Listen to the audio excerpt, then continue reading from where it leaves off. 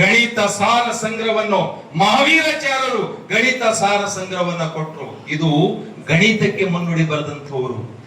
ಇನ್ನು high court, supreme court, ಏನು ತಾಲೂಕಾ ಕೋರ್ಟ್ಗಳಿರಬಹುದು, ಆ ಎಲ್ಲ ನ್ಯಾಯ ಇವತ್ತು ಮನುಷ್ಯ ಹುಟ್ಟಿನಿಂದ ಸಾಯುವವರೆಗೂ ಅದಕ್ಕೂ ಮುನ್ನುಡಿ ಬರೆದಿದ್ದೇವೆ ನಾವು. ಮರುತೂರಿನ ವಿಜ್ಞಾನೇಶ್ವರ ಮಿತಾಕ್ಷರ ಗ್ರಂಥ ಬರೆಯುವುದರ ಮುಖಾಂತರ ಇಂಡಿಯನ್ ಪೆನಲ್ ಕೋಡ್ಗೆ ಮುನ್ನುಡಿ ಬರೆದಂತವ್ರು ಕಲಬುರಗಿಯ ಜನ ನಾವು. ಕಲಬುರಗಿಯ ಜನ ನಾವು. ಏನು ಹೇಳ್ಬೇಕ್ರಿ, ಎಷ್ಟು ಅದ್ಭುತ. ಎಲ್ಲಿನ ನಮ್ಮ ಮಾನ್ಯಕೀಟದ ಮೇಲೆ ಗುಜರಾತ್ ರಾಜಸ್ಥಾನದವರು ದಾಳಿ ಮಾಡಿದರು.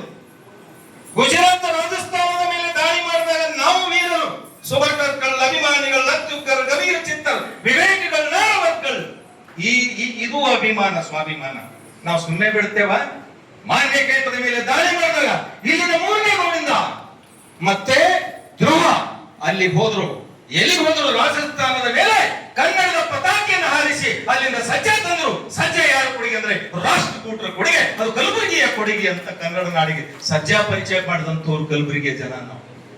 ಒಂದೊಂದು ಇತಿಹಾಸ ಮೈ ರೋಮಾಂಚನ ಆಗ್ತದೆ. ಇಲ್ಲಿ ಬಹುಮನಿಯರ ಕೋಟೆ ಇದೆ, ಬಹಳ ದೂರದಿಂದ ನಾವು ನೋಡಬಹುದು. ಬಹಳ ಅದು ಏಷ್ಯಾದಲ್ಲಿ ಪ್ರಥಮವಾದಂತಹ ಒಂದು ಮಸ್ಜಿದ್ ಇದೆ. ಅದು ಅಂತ ಅದ್ಭುತ ಕೊಡುಗೆ. ಇಂಡೋ ಸಾರ್ವಜನಿಕ ಭಾವೈಕ್ಯತೆ ನಾಡು ಖಾಜಾ ಬಂದೇ ನವಾಜ್ ಶ್ರೀ ಶರಣಬಸವೇಶ್ವರ ದಾಸೋಹಕ್ಕೆ ಬಹುದೊಡ್ಡ ಕೊಡುಗೆ ಕೊಟ್ಟಂತವ್ರು. ಕಲ್ಯಾಣ ಕರ್ನಾಟಕ ಅಂತ ಕರಿತೇವೆ. ಅಣ್ಣ ಬಸವಣ್ಣನವರ ನೇತೃತ್ವದಲ್ಲಿ ಅನುಭವ ಮಂಟಪವನ್ನ ಜಗತ್ತಿಗೆ ಪಾರ್ಲಿಮೆಂಟ್ ಕೊಟ್ಟಂತಹ ರೂವಾರಿಗಳು ಕಲ್ಯಾಣ ಕರ್ನಾಟಕದ ಜನ ನಾವು, ಕಲಬುರಗಿಯ ಜನ ನಾವು. ಏನು ಅದ್ಭುತವಾದಂತಹ ಇತಿಹಾಸ ರೀ. ನಾವು ಬಾಬಾ ಸಾಹೇಬ್ ಅಂಬೇಡ್ಕರ್ ಒಂದು ಮಾತನ್ನ ಹೇಳ್ತಾರೆ, ಯಾರು ಇತಿಹಾಸವನ್ನ ಮರೀತಾರೆ ಅವರು ಇತಿಹಾಸದಲ್ಲಿ ಬರುವುದಿಲ್ಲ, ಇತಿಹಾಸ ನಿರ್ಮಾಣ ಮಾಡಲಿಕ್ಕೆ ಸಾಧ್ಯ ಇಲ್ಲ. ಇತಿಹಾಸದಲ್ಲಿ ತಪ್ಪುಗಳಾದ್ರೆ ಸರಿಪಡಿಸಿಕೊಂಡು ಭವಿಷ್ಯತ್ತನ್ನು ರೂಪಿಸಿಕೊಳ್ಬೇಕಂತೇಳಿ ಸಂವಿಧಾನ ಶಿಲ್ಪಿ ಡಾಕ್ಟರ್ ಬಾಬಾ ಸಾಹೇಬ್ ಅಂಬೇಡ್ಕರ್ ಹೇಳ್ತಾರೆ. ಈ ಮಕ್ಕಳಿಗೆ ಈ ನೆಲದ ಸಂಸ್ಕೃತಿಯನ್ನ ಕಲಿಸಿಕೊಡ್ಬೇಕು. ಈಗ ನಾವು ಸಾಹಿತ್ಯ, ಸಂಸ್ಕೃತಿ, ನಾನು ಸೂಟಿ ರಜೆ ಇದ್ದಾಗ ಸುಮ್ಮನೆ ಕುಂಡ್ರೋದಿಲ್ಲ. ನಮ್ಮೆಲ್ಲ ಸೇಡಂದವ್ರಿಗೆ ಗೊತ್ತಿದೆ, ಸಂತೋಷ್ ರೆಡ್ಡಿ ಮೇಡಮ್ ಅವ್ರಿಗೆ ಗೊತ್ತಿದೆ. ಕರ್ತವ್ಯದಲ್ಲಿದ್ದಂತವ್ರು ನಾವು ಕಾಯಕ. ನಾನು ಅಂದಿನಿ ಇನ್ನೊಂದು 8 ತಿಂಗಳಿನ ರಿಟೈರ್ಮೆಂಟ್ ಆಗ್ತೀನಿ, ಫುಲ್ ಕೊಡ್ತೀನಿ, ತೆಗಲ್ತಿರ್ತೀವಿ, ಎಷ್ಟು ಕನ್ನಡ ಅಂತ ಹೇಳ್ತೀರಿ ನೋಡೋಣ ಅಂತೇಳಿ. ಅಷ್ಟು ಶಕ್ತಿ ನಿಮಗೆ ಬೆಂಬಲ ಕೊಡುತ್ತೆ. ಪಾವಗಡ ಮೇಡಮ್ ಅವರೇ, ನೀವು ಸಿಟ್ಟಾಗಬೇಡ್ರಿ. ನೀವು ಹೆಣ್ಣು ಮಗಳು, ಒಬ್ಬ ಹೆಣ್ಣು ಮಗಳು ಬಂದು ಇಲ್ಲಿ ಕಾರ್ಯಕ್ರಮ ಮಾಡ್ತೀರಿ, ನಮ್ ಸಂತೋಷ್ ಮೇಡಮ್ ಅವರಿಗೆ ಕರೀತಾರಲ್ಲ, ಇದು ಬಹಳ ಖುಷಿ ಆಗ್ತದೆ. ಇದು ಇರ್ಬೇಕಂತ ಒಬ್ಬ ಮಹಿಳೆ ಮನಸ್ಸು ಮಾಡಿದ್ರೆ ಏನೆಲ್ಲ ಮಾಡಬಹುದು. ನಾನು ಸಾಹಿತ್ಯ ಪರಿಷತ್ತಿನ ಸಿದ್ದಪ್ಪ ತಳಳಿ ಗೊತ್ತಿದೆ, ನಾನು ಸಾಹಿತ್ಯ ಪರಿಷತ್ತಿನ ಅಧ್ಯಕ್ಷನಾಗಿ ಇಡೀ ಸೇಡಂ ತಾಲೂಕಿನ ಒಂದು ಹಳ್ಳಿ ಬಿಟ್ಟಿಲ್ಲ, ಒಂದು ಶಾಲೆ ಬಿಟ್ಟಿಲ್ಲ. ಹಾಗೆ ಕನ್ನಡದ ಜಯಂಕಾರ 23 ಪುಸ್ತಕ ಬರ್ದಿನ ಮೇಡಮ್. ಇತಿಹಾಸನೇ ನಾವು, ಅದಕ್ಕೆ ನನ್ನ ಹುಡುಕೊಂಡು ಬರ್ತಿದ್ದೇವೆ. ಹಾಗಾಗಿ ಈ ನೆಲದ ಸಂಸ್ಕೃತಿಯನ್ನ ಮುಂದಿನ ಪೀಳಿಗೆ ನಾವು ಬಿಟ್ಕೊಡಬೇಕು. ನಿಮ್ಮರ್ಗ, ಆಳಂದ, ಅಫ್ಜಲ್ಪುರದಲ್ಲಿ ಮಣ್ಣೂರಿನಲ್ಲಿ ಆ ಭವಾನಿ ಗುಡಿನೇ ಇದೆ. ಎಲ್ಲಂದ್ರೆ ನೀರಿನೊಳಗ ಭೀಮಾ ನದಿಯ ಒಳಗೆ ಇದೆ ಮಣ್ಣೂರಿನ. ನಮ್ಮ ಸೇಡಂ ತಾಲೂಕಿನ ಮೇಲೆ ಚನ್ನಕೇಶ್ವರ ದೇವಾಲಯ, ಅಲ್ಲಿ ನೋಡಬೇಕು. ಬೇಲೂರು, ಹಳೆಬೀಡು ಅದಕ್ಕಿಂತ ಅದು ಯಾವಲ್ಲ, ಅಷ್ಟು ಶ್ರೇಷ್ಠವಾದಂತು. ಇಲ್ಲೇ ಕಾಳಿಗಿದೆ. ಪ್ರಭು ಶ್ರೀರಾಮಚಂದ್ರ ಬಂದು ಅಲ್ಲಿ ಬರಗಾಲಿತ್ತು, ತಮ್ಮ ಬಾಣನ್ನ ನಾಡ್ತಾರೆ. ಕಾಶಿಯಿಂದ ನೀರು ತರಿಸಿದಂತ ಶ್ರೀರಾಮಚಂದ್ರ ಬಂದು ಹೋದಂತ ಪುಣ್ಯ ಪೌರಾಣಿಕ ಹಿನ್ನೆಲೆ ನಮ್ಮ ನೆಲಕ್ಕಿದೆ. ಏನ್ ಬಹಳ ರೋಮಾಂಚನಕಾರಿ. ಅವರ ಕಾಳೇಶ್ವರ, ರಾವಣನ ಅಂಗರಕ್ಷಕ, ರಾಮಬಂಧ ಅಂತ ಪುರಾಣ ಇದೆ.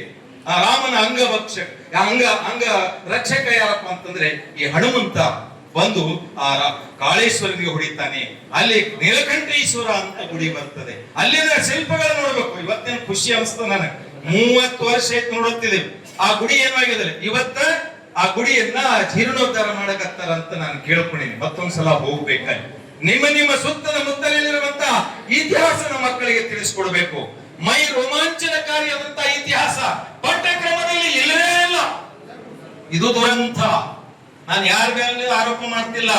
ಇಡೀ ದೇಶಕ್ಕೆ ಸ್ವಾತಂತ್ರ್ಯ ಸಿಕ್ಕು, ಕರ್ನಾಟಕ ಏಕೀಕರಣ ಆಗಿ ಇಷ್ಟು ವರ್ಷ ಆದರೂ ಸಹಿತ ಕಲಬುರಗಿ ಇತಿಹಾಸ ಎಲ್ಲಿದೆ ರೀ?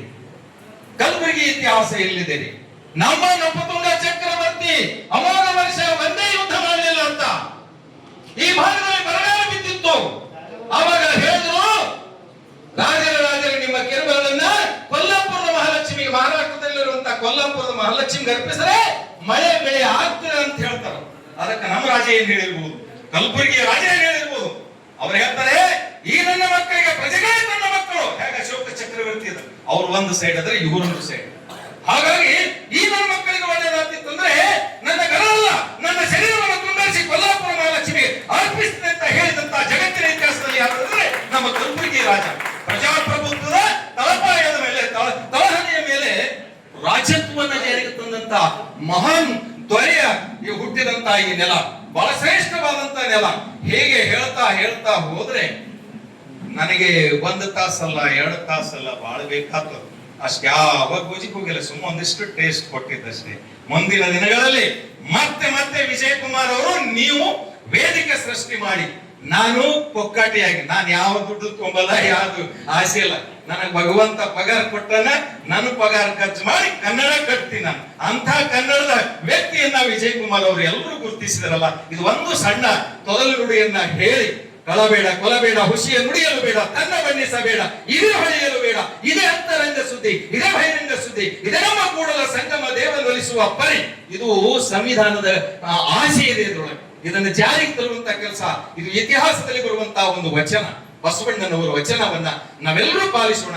ನಿಮ್ಮಲ್ಲಿ ಬಾ ಹೇಳಲ್ಲ ಶರಣು ಶರಣಾರ್ಥಿ.